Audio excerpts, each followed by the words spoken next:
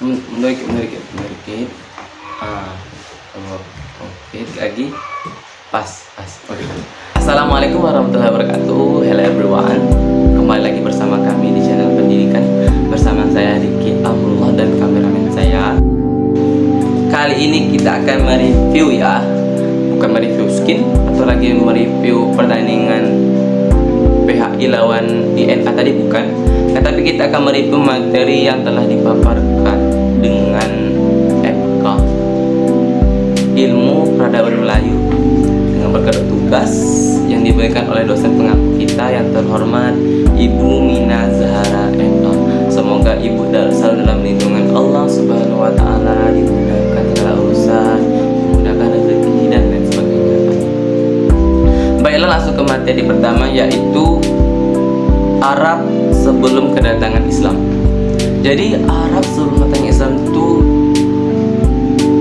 memasuki era jahiliyah, yaitu Arab di mana orang-orang itu bodoh. Maksudnya bodoh apa? Kemaksiatan di mana-mana, pembunuhan di mana-mana, mabuk-mabukan, judi-judian dan lain sebagainya. Bahkan ada anak bayi wanita yang baru lahir dikubur hidup-hidup pada zaman itu.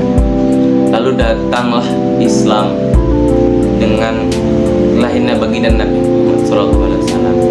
Namun lahirnya baginda Nabi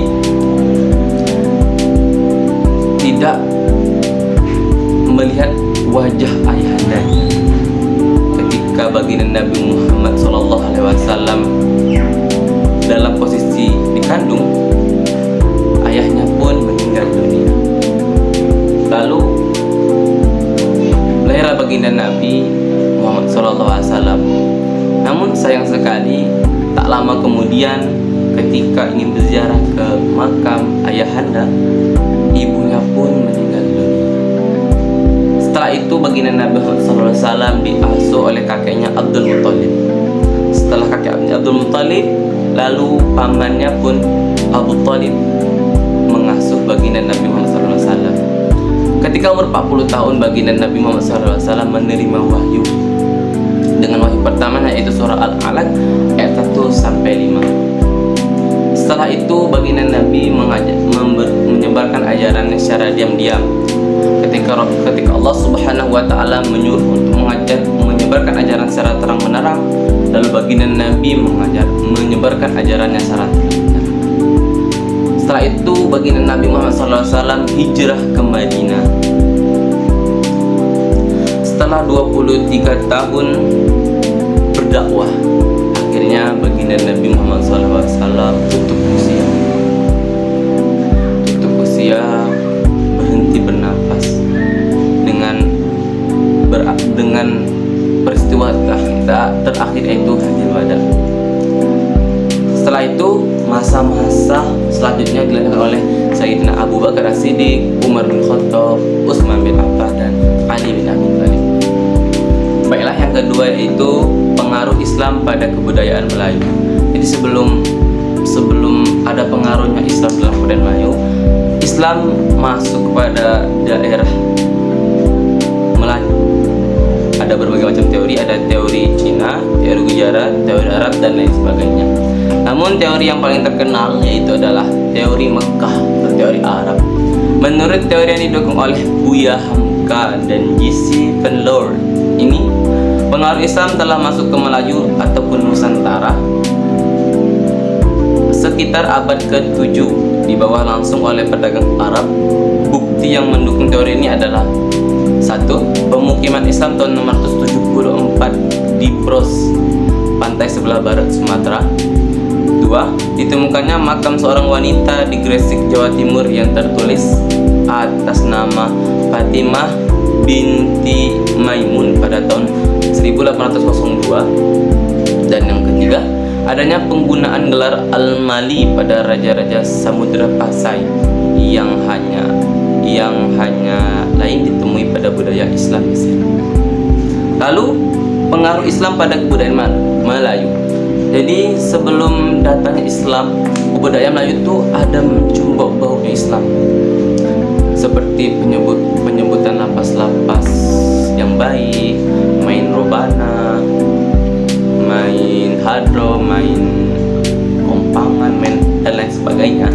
Jadi setelah masuknya Islam ke budaya Melayu, dibumbuilah budaya-budaya tadi dengan bau-bau nuansa Islam, seperti pelepasan Allah, salawatan dan lain sebagainya.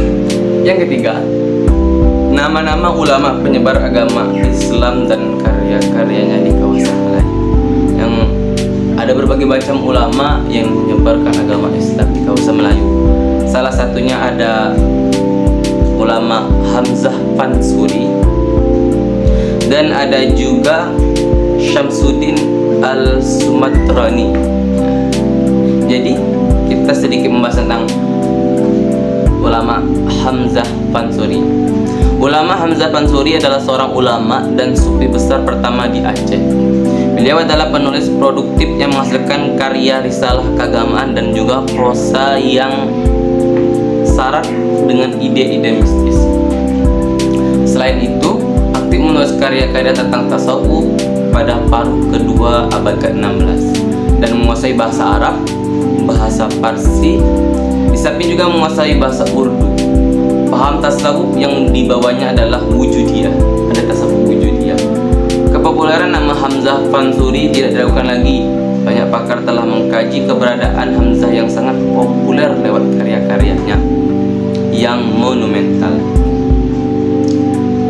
Bahkan ulama tersebut Hamzah Pansuri memiliki karya-karya antara lain yaitu Syarabal Ashiqin, Asrafal Arifin dan Al-Muttahi.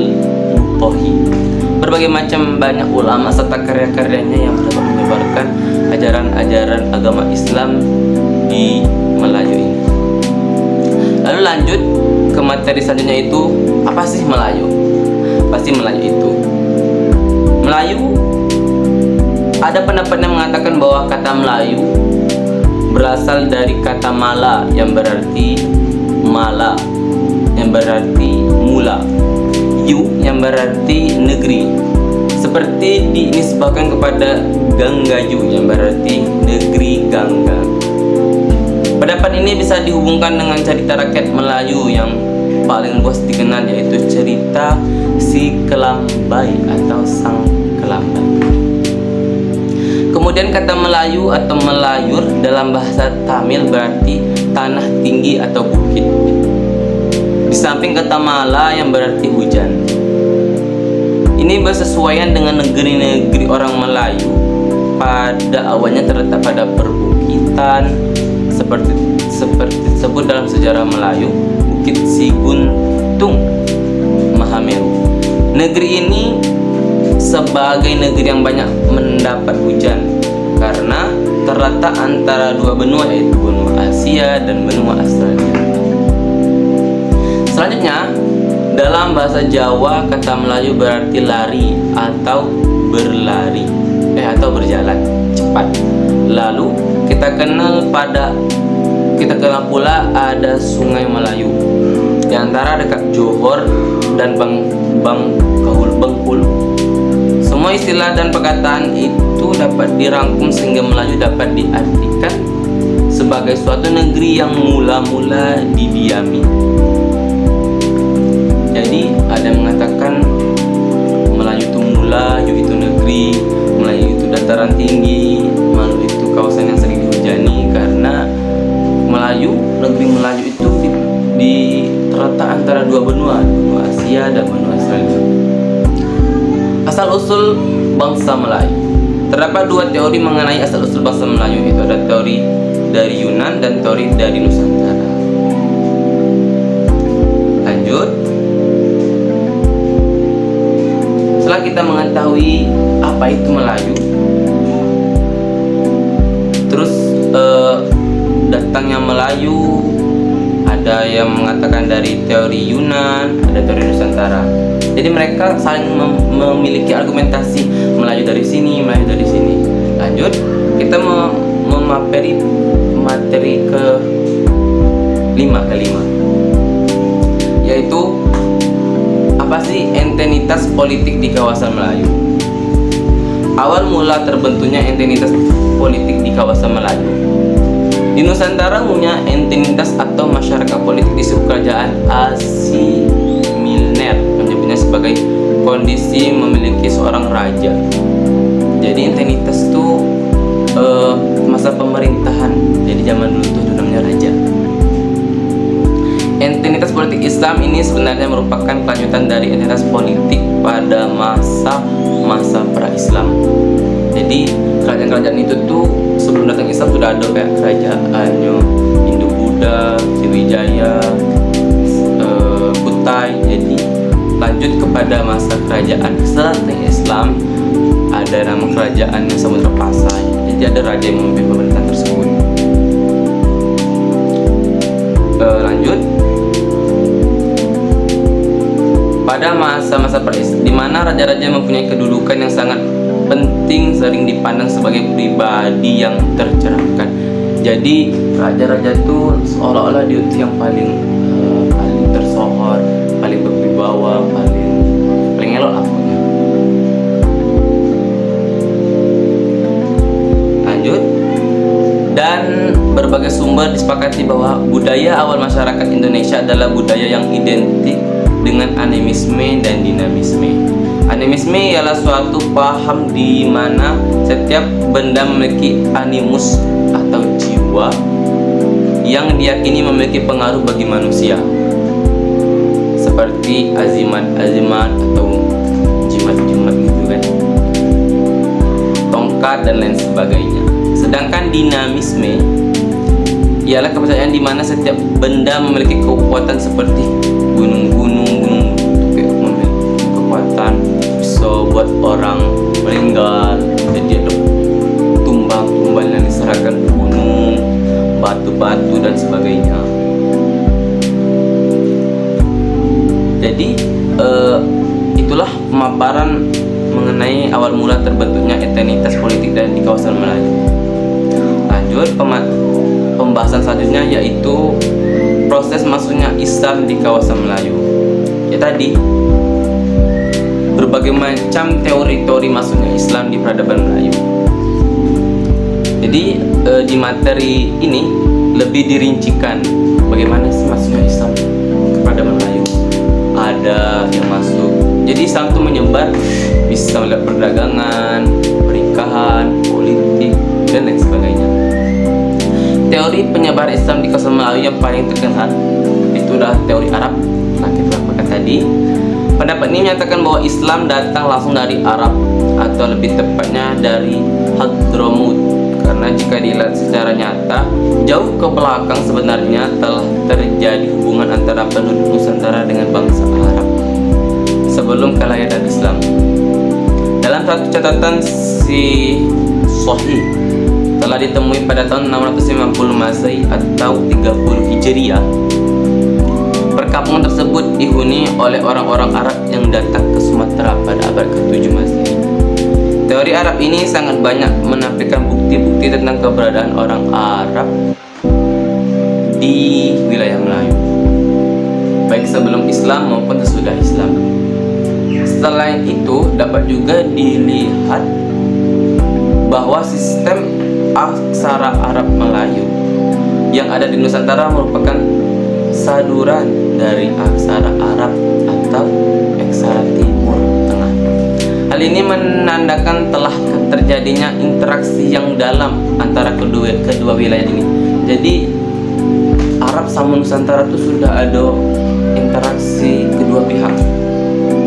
Dari kita lihat dari Arab Melayu, ya sudah ada hubungan antara Arab atau Timur Tengah dengan Indonesia, bukan dengan Nusantara ataupun Melayu. Dalam seminar sejarah masuknya Islam ke Indonesia tahun 1962, Ibuya Hamka menyebutkan bahwa Islam masuk ke Indonesia langsung dari Arab, bukan melalui India, bukan pada abad 11, akan tetapi Islam masuk pada abad pertama Hijriah atau abad ke-7 Masehi. Pendapat ini didukung oleh Naqib Al-Attas dengan mengkaji literatur Melayu abad ke-10 dan 11, 16 sampai 17 Masehi. Karena dalam berbagai tulisan Melayu selalu disebutkan peran bangsa Arab dalam proses Islamisasi. Jadi Buya Hamka mengatakan bahwasanya Islam Islam masuk ke Indonesia itu pada abad 7 Masehi. Jadi diperkuat juga dengan penelitian oleh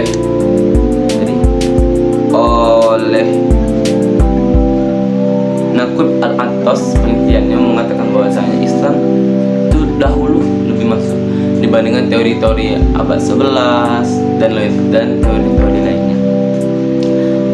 Lanjut materi yang baru, yaitu Islam Indonesia dialog dua kebudayaan. Maksudnya apa? Studi perbandingan antara budaya Islam dan kepercayaan kebatinan asli Indonesia.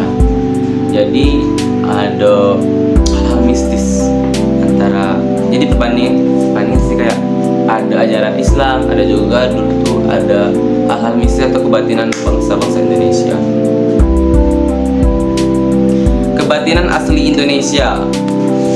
Istilah kebatinan berasal dari kata batin yang artinya bagian dalam tubuh manusia.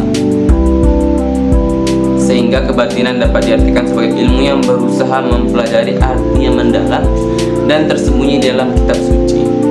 Jadi aliran kebatinan suatu golongan yang mengikuti paham yang mendalami suatu ajaran agama atau keagamaan.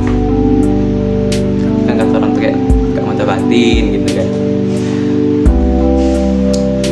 Menurut Profesor M. Jodiguno dari Universitas Gadjah Mada UGM Yogyakarta, kebatinan itu mempunyai 4 unsur, yaitu ilmu gaib, union, mistik, sangka praining, dumadi, dan budi luhur. Sedangkan Badan Kongres Kebatinan Indonesia BKKI merumuskan kebatinan sebagai sumber dan sila ketuhanan yang Maha Esa untuk mencapai budi luhur guna kesempurnaan hidup. Sedangkan menurut penjelasan Kamil Kotroja dari YIN Sunan Kalijaga Yogyakarta dan Syarif Hidayatullah Jakarta, kebatinan, aliran kepercayaan ini itu adalah keyakinan dan kepercayaan rakyat Indonesia di luar agama dan tidak termasuk pada salah satu agama. Aliran kepercayaan itu ada 2 macam: kepercayaan yang sifatnya tradisional dan animis. Jadi intinya adalah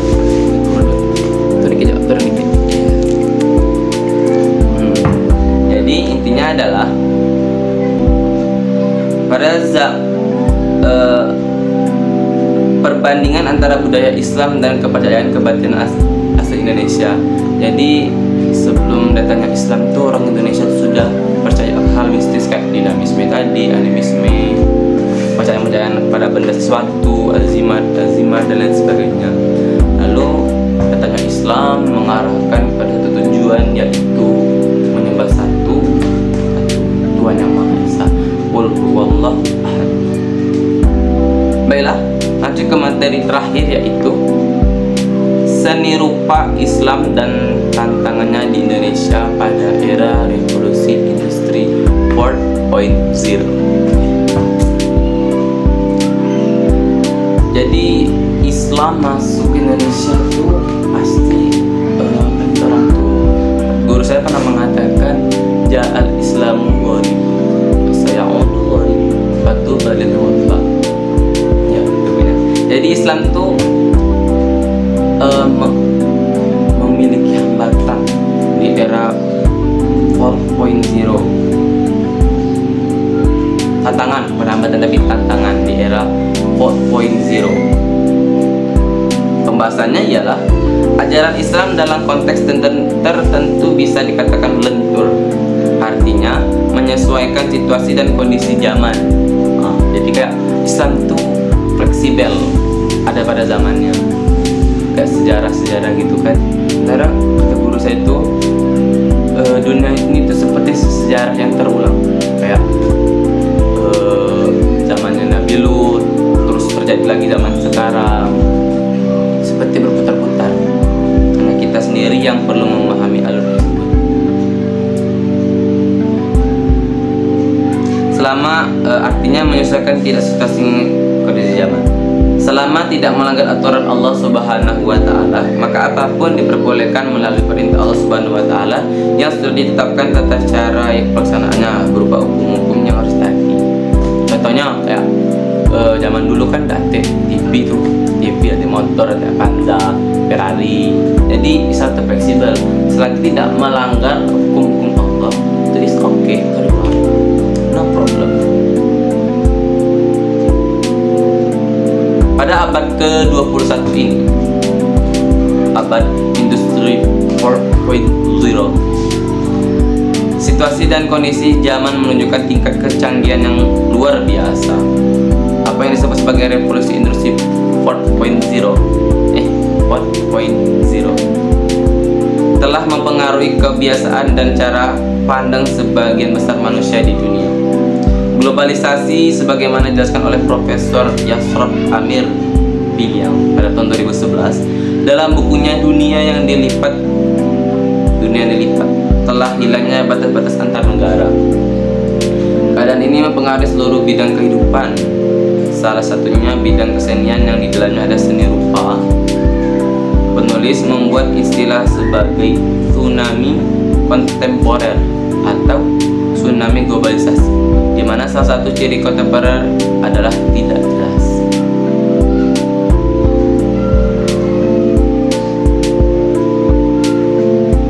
Lanjut, seni rupa kontemporer telah melanda dunia seni rupa, termasuk seni rupa Islam. Seni rupa Islam terkena dampak dari tsunami globalisasi. Seni rupa Islam saat ini tidak seperti dulu lagi.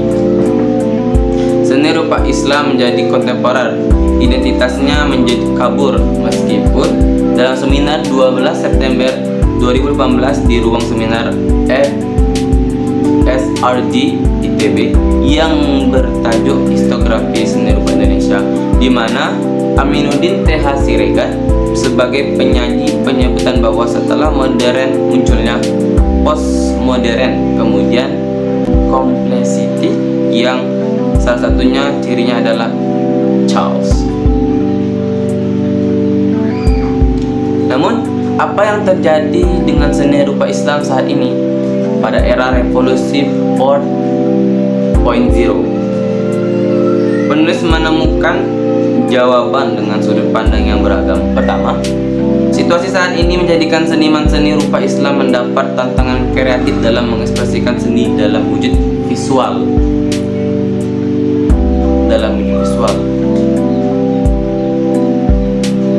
Variatif, tidak lagi kaku seperti karya-karya masa lalu.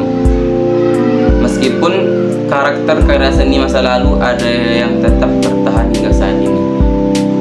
Kedua, pengaruh teknologi informasi dan komunikasi terhadap seni rupa Islam menjadikan karya-karya seni rupa Islam terkesan kabur.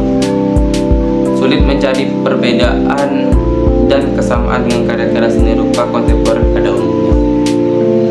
Jadi pada zaman dulu tuh karya seni Islam tuh tidak terbaru teknologi, karena perkembangan zaman kan sekarang era 4.0, jadi Islam tuh mau tidak mau harus mengikuti zaman. Memang Islam tuh mengikuti zaman, fleksibel, tapi karya seninya itu mau tidak mau harus mengikuti zaman, tidak ada ketinggalan. Jadi itulah yang terbalut dengan teknologi tadi, sehingga susah untuk membedakan antara karya seni rupa Islam dengan kontemporer lainnya.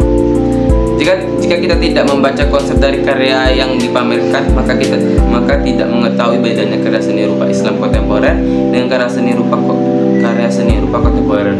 Jadi kita tuh susah untuk ada penjelasannya. Oh ini nih karya seni Islam kontemporer, oh ini karya seni kontemporer tanpa bernuansa Islam gitu.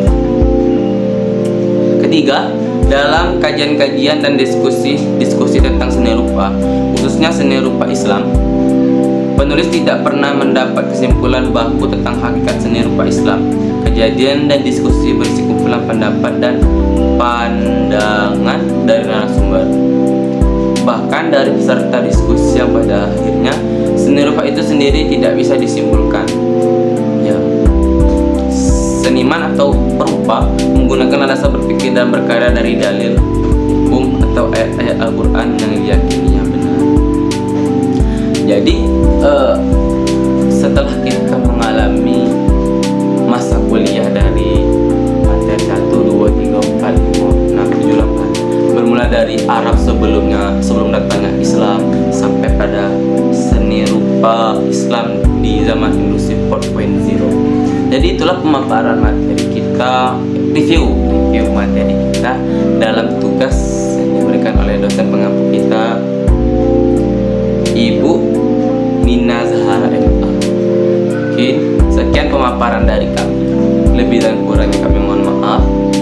Dengan segala hormat kami pamit mohon undur diri. Segala kebenaran datang dari Allah dan segala hal-hal yang salah datang dari kami. Billahi taufiq wal hidayah, waridha wal inayah. Semoga kita selalu dalam lindungan Allah. Jangan lupa tersenyum di LS. Billahi taufiq wal hidayah. Wassalamualaikum warahmatullahi wabarakatuh.